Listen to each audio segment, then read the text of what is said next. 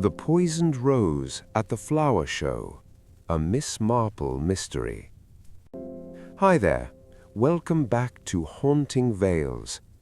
Tonight's mystery begins at the annual Village Flower Show, a place of beauty, competition, and carefully hidden rivalries. Among the perfect roses and polished displays, one prize-winning bloom draws everyone's attention, until it becomes the center of something far more deadly. When a sudden collapse follows the judging, the villagers are quick to blame shock, exhaustion, or bad luck. But Miss Marple notices what others overlook. A rose handled too carefully, a scent that lingers strangely in the air, and the quiet tension between competitors who seemed far too eager to win. As she looks beyond the petals and polite smiles, Miss Marple realizes that the flower show was never as innocent as it seemed, because in St. Mary Mead, even the most beautiful rose can hide poison. Before we uncover who turned a flower into a weapon, don't forget to subscribe for more haunting Miss Marple mysteries on Haunting Vales. Chapter 1. The Rose That Fell Silent. The annual flower show at St. Mary Mead was the sort of affair people spoke of for weeks beforehand and complained about for weeks after. The church garden had been dressed up with ribbons and bunting, the tables lined with polished silver vases, and every patch of grass was crowded with blooms so bright they almost hurt the eyes. Roses, lilies, foxgloves, daisies, every color under the sun. The smell of damp earth and cut stems hung heavy in the warm summer air, mixed with tea, sponge cake, and the low hum of village gossip. It was meant to be a cheerful day. It never stays cheerful for long, not in St. Mary Mead. Miss Marple arrived just before noon, carrying her little handbag and wearing that harmless expression people always mistook for weakness. She had entered no flowers herself, said her garden was looking tired this year, though anyone who knew her knew better. Miss Marple noticed things, and she liked places where people forgot they were being watched. At the center of the largest tent stood Mr. Hawthorne Bell, master gardener, landowner, and a man who never lost a competition without making sure the judges regretted it. Tall, stiff-backed, and red-faced from pride and sunshine, he stood beside his prized rose, a deep crimson bloom, larger than any rose in the county, perfect in shape, its petals smooth as silk. People whispered about it all morning. How does he do it? Feeds them special, I expect. Or cheats. That last bit was said quietly. Hawthorne Bell had a way of making enemies. He owned half the village land, argued with everyone, and seemed to enjoy it. He'd ruined neighbors over property lines, cut off workers without warning, and left broken promises behind him like muddy footprints. A rich man, a feared man, not a loved man. Still, today was his day. The judges walked slowly from table to table, making notes, peering at petals, checking stems. Hawthorne watched them like a cat watches a mouse-hole. Nearby stood his nephew, Simon Bell, thin and restless, always looking like he hadn't slept. Miss Marple noticed him glancing at his uncle's rose more than once.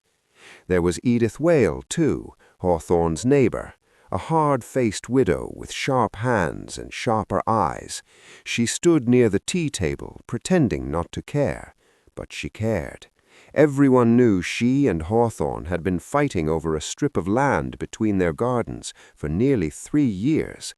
And Clara Finch, quiet Clara, pale dress, pale face, standing beneath the elm tree.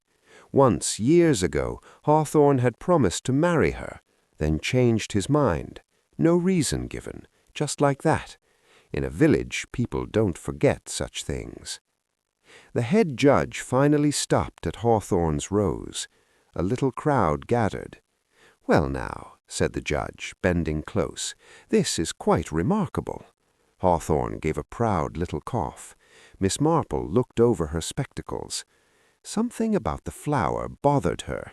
Not the bloom, the stem, the thorn. It looked darker. Hawthorne reached down, touched the rose, and smiled at the crowd. Then it happened. His fingers tightened around the stem. His breath caught. His face twisted, not quite with pain, but shock, pure shock. For 1 second he looked as though he'd seen something dreadful. Then he collapsed, straight onto the grass. The crowd screamed.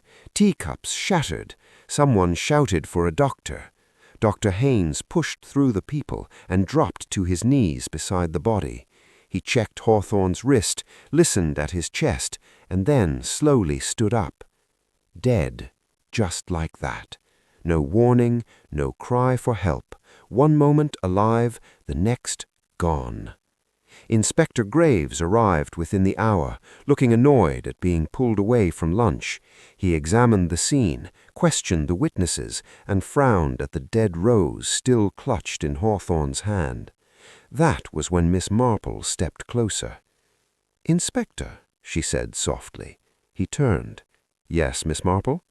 She pointed at the thorn, a tiny black stain, barely visible. "People often think poison belongs in bottles, but poison is rather flexible." The inspector leaned in, and his face changed, because the thorn of the rose had been coated with something deadly, a poisoned rose, at a flower show, and someone in that little village had brought murder into the garden. The odd thing was, Miss Marple couldn't stop thinking about Hawthorne's face before he died. It hadn't been pain, it had been recognition, as if in that final moment he knew exactly who had done it. Chapter 2. The Thorns of Old Grudges. By evening, the flower show had been shut down, the ribbons left hanging in the breeze like forgotten decorations after a funeral. The villagers gathered in little knots outside their homes, talking in low voices, each story growing stranger as it passed from one mouth to the next. Poison at a flower show. It sounded unreal, but Hawthorne Bell was very real and very dead. Inspector Graves began his questions at once. He wasn't fond of village mysteries, too much gossip, not enough fact. Still, he knew one thing straight away. Hawthorne Bell had enemies, plenty of them. Simon Bell was first. The nephew sat in the study, pale and sweating. "Your uncle supported you?" asked Graves. Simon laughed bitterly. "Supported? He controlled me." It came out fast after that. Debts, threats. Hawthorne had promised Simon money, then refused, said it would make him weak. "And when he died?" Graves asked. Simon looked away. "I inherit." Simple, clean motive. Then came Edith Vale. She didn't even pretend sadness. "Hawthorne was poisoned long before someone put poison on that flower," she snapped. Their land dispute had gone ugly. Courts, threats, fences torn down in the night. "You hated him?" "She hated his habits," she said coldly. Not quite an answer. Clara Finch was different. She spoke softly, almost too softly. "Yes, he broke my heart." No tears, no anger, just calm. Miss Marple noticed that. Calm could mean peace or something colder. The inspector searched through Hawthorne's garden the next morning, her shoes damp from dew. She bent over the rose bushes, studying them. Not the flowers, the cuts. Fresh. Someone had tampered with the winning rose shortly before the contest. And then she spotted something odd. One stem had been cut clean, too clean, as though someone had replaced the flower. not poisoned it, replaced it. That was different, very different. Because if the flower itself had been switched, it meant the killer had planned everything, not in anger, not in haste, carefully, quietly, like setting a trap. Miss Marple returned to the village hall and asked to see the flower entries. There, on the register, she found something strange, a missing name. One flower had been entered, then scratched out. No explanation, just gone. She stared at it and smiled that small, dangerous smile, because suddenly she understood. The poison hadn't been meant for Hawthorne Bell. It had been meant for someone else, and Hawthorne Bell had taken the wrong rose. Chapter 3. The Bloom of Death. The village hall was packed that evening. Inspector Graves had called everyone back, hoping to settle matters. Faces looked tired, frightened, curious. Nobody liked sitting in a room where murder had happened so close. Miss Marple sat near the front, knitting again. Inspector Graves cleared his throat. Miss Marple believes she has something to say. A murmur went round the room. Miss Marple stood, small, quiet, ordinary, and somehow that made people listen harder. The poisoned rose, she said, was never meant for Mr. Bell. Silence. She explained it plainly. The scratched-out flower entry had belonged to Clara Finch. She'd entered a white rose Hawthorne had admired earlier that morning. He had a habit of touching flowers, inspecting them, claiming knowledge over everything. The poisoned thorn had been prepared for Clara's rose, but in the confusion before judging, Hawthorne had taken the wrong display card and moved his own rose into Clara's place, hoping to win attention early. Greedy habit, fatal mistake. The poison meant for Clara killed Hawthorne instead. Inspector Graves frowned. But who wanted Clara dead? Miss Marple turned, not to Simon, not to Edith, to Clara herself.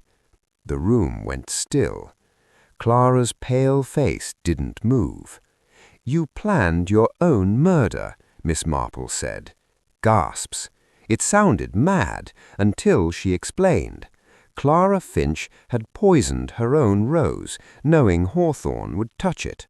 She'd entered it under her own name to avoid suspicion. If he died touching her flower, she could claim it was an accident during judging. A neat little trick, except Hawthorne switched the flowers himself and died all the same. Clara gave a strange little laugh then, dry, tired. "He ruined my life," she said. "He promised everything, took everything, and walked away." Her voice cracked. "I wanted him frightened before he died." Inspector Graves stepped forward, and Clara didn't fight. Outside, night had settled over St. Mary Mead, dark and still. The flower show tents flapped softly in the wind, abandoned now. Miss Marple looked at the ruined rose table and sighed. "Flowers are curious things," she said. "Beautiful, but some have thorns sharper than they seem." And as Clara was taken away, Miss Marple glanced at the crimson rose lying on the grass, its petals blackening at the edges. Because poison fades, but hate lingers. And if you've enjoyed this little mystery, stay close. There's always another secret waiting in St. Mary Mead, and the next one may be even darker.